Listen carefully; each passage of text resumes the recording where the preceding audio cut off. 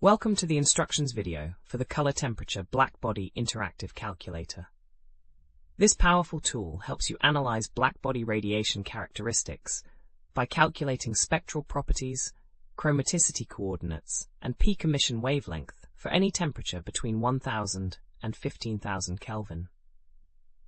To use this calculator, start by entering your desired color temperature in the temperature input field.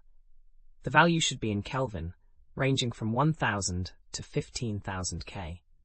For our example, let's enter 5,500 Kelvin, which represents typical daylight conditions. Once you've entered your temperature value, click the Calculate button.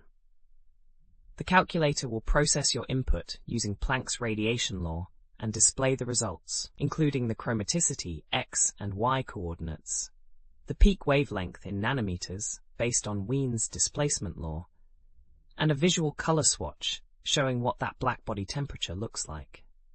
You'll also see a spectral distribution curve illustrating the radiance across different wavelengths. We have thousands of other free engineering calculators on our website. Head over and check them out.